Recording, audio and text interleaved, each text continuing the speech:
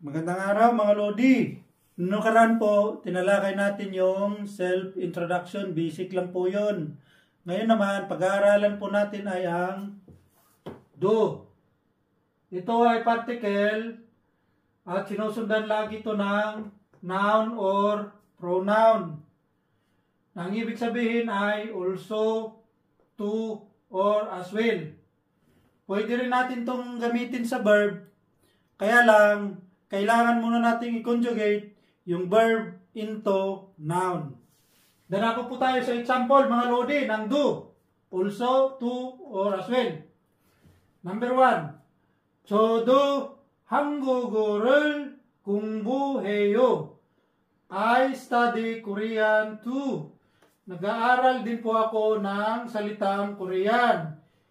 In Korean, 저도 한국어를 공부해요.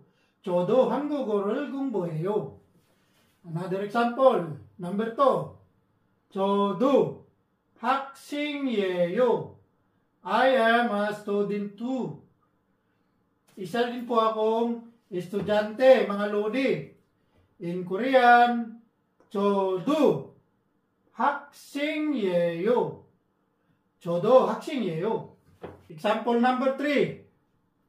저도 or 나도 사랑해요. I love you too. Kapag sinabihan po kayo ng 사랑해요 or 사랑해, ang sasagot niyo po, pwede kayong gumamit sa dalawang to. 저도, 나도, pero mas okay gamitin to kasi mas formal. Ganito po siya. 저도 사랑해요. I love you too. Yan. Ang ibig sabihin yan, 저도 사랑해요. I love you too. Yan. Example number 4. 오늘도 야근해요. Do you work overtime today as well? Mag-OT rin po ba kayo ngayong araw na to? In Korean, 오늘도 야근해요. Okay? Do you work overtime today as well? 오늘도 야근해요. Okay. Example number 5. 그 사람도 놀이를 잘해요.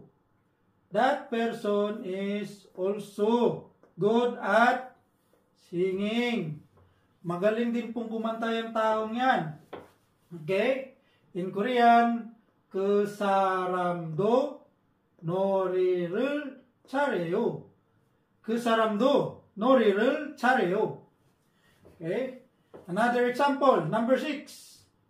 사과를 좋아해요. 그리고 딸기도 좋아해요. I like apple, 사과.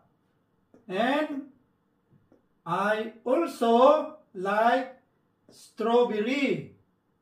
사과를 좋아해요.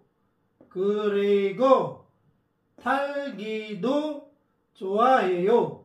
사과를 좋아해요. 그리고 딸기도 좋아해요. Okay? Yan lang po mga Lodi. Maraming salamat po sa inyong panonood.